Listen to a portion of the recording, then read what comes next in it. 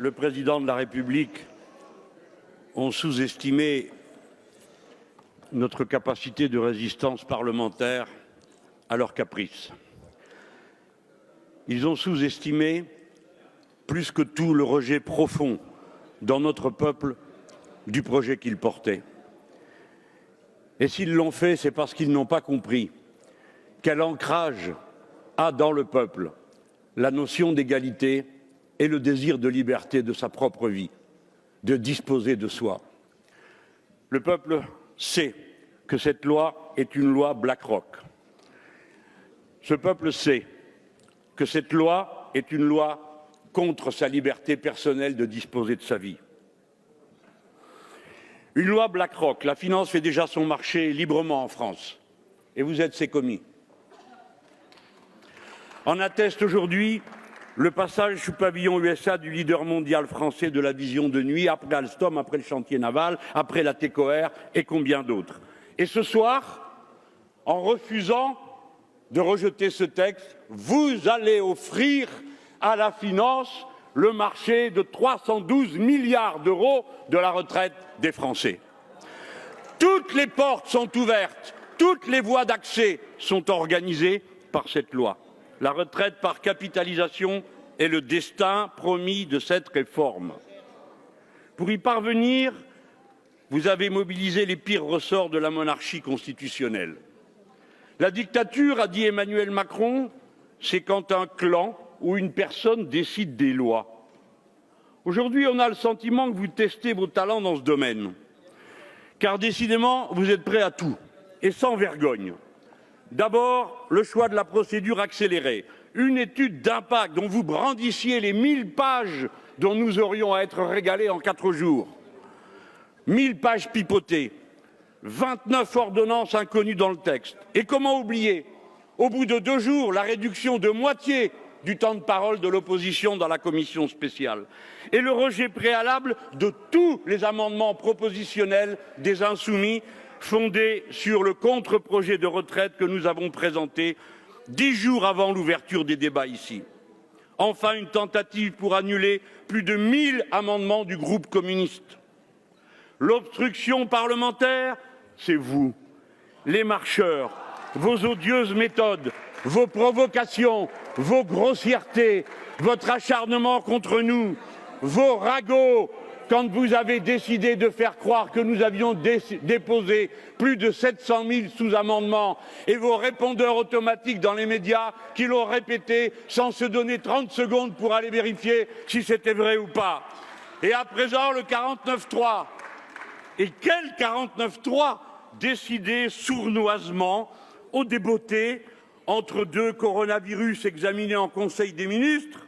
Comment osez-vous parler de la défense de la dignité du Parlement?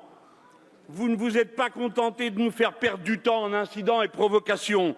Vous ne vous êtes pas contenté de n'avoir rien à dire interminablement.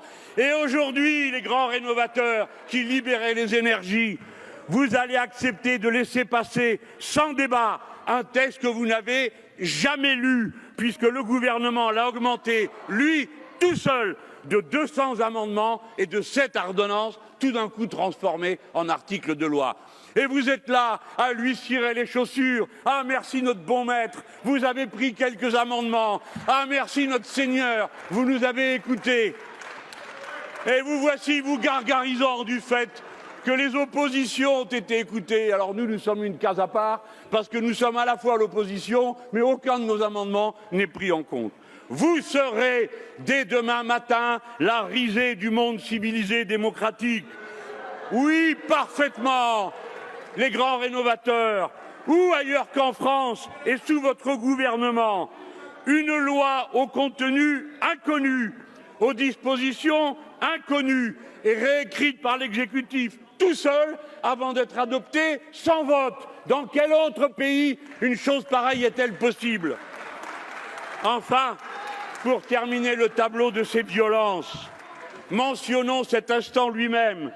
Là encore, vous avez décidé de réduire d'un tiers le temps de parole des groupes insoumis et communistes.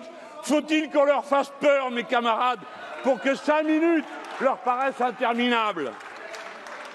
Cette ultime mesquinerie est la signature de cette équipe.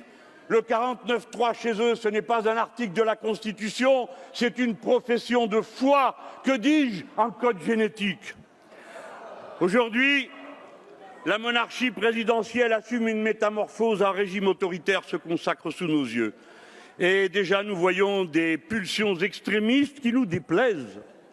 Vous prétendez dicter à l'opposition quels sont les bons amendements, comment elle doit se comporter, qu'est-ce qu'elle doit dire, qu'est-ce qu'elle ne doit pas dire. Bref, une opposition qui ne s'opposerait pas, mais qui viendrait à la rescousse de la pensée du chef. C'est le moment de vous dire, quoi que vous fassiez, vous ne viendrez jamais à bout de ce que nous représentons dans l'histoire de notre pays. Nous prolongeons dans le présent le destin proposé par le mythe de Prométhée et celui de l'humanisme de la Renaissance.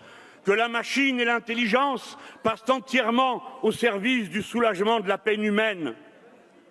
Que la contrainte du temps travaillé diminue et se relâche au point que l'esprit et le corps puissent trouver leur épanouissement. Qu'ils viennent libérer les humains de la nécessité de produire toujours davantage, sans aucun autre horizon que l'épuisement de la nature et des corps. Qu'au temps contraint par des horaires imposés et des tâches choisies par d'autres, succède la liberté du temps choisi. Cette liberté, c'est celle que permettrait un autre partage de la richesse produite, une réduction de l'accumulation du travail gratuit par le capital. Tel est une fois de plus l'enjeu du moment. Depuis le premier des 1er mai décidé par la première internationale ouvrière, la lutte pour la réduction du temps de travail, dans la journée, dans la semaine, dans l'année et dans la vie, est au centre de nos programmes.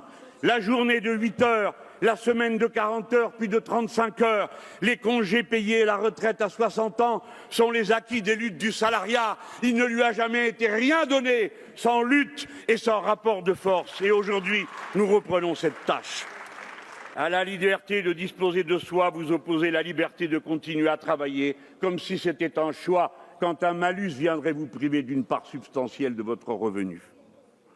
Voyez-vous, dans ce contexte, je me réjouis de l'immense école civique qu'aura été cette lutte depuis le 5 décembre et qui va maintenant continuer dans une guérilla populaire et parlementaire qui va durer aussi longtemps que vous vous obstinerez.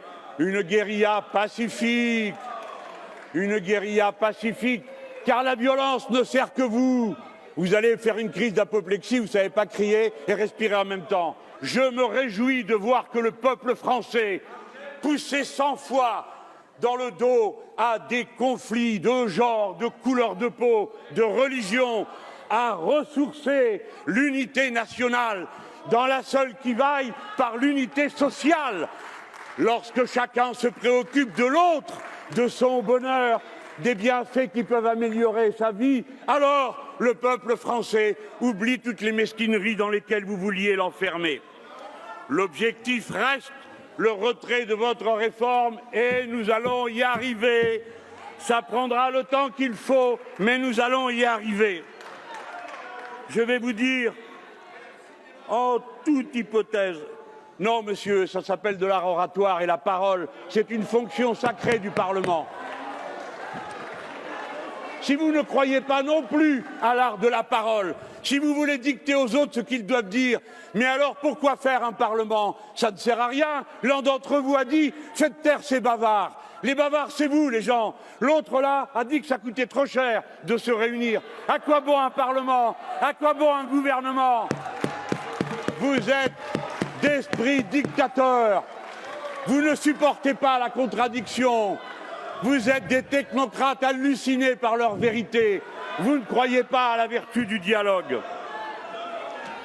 En toute hypothèse, et quoi qu'il arrive, si jamais nous venions à trébucher, ce qui ne se produira pas, croyez-moi, alors dès 2022, nous annulerons tout ce que vous avez fait.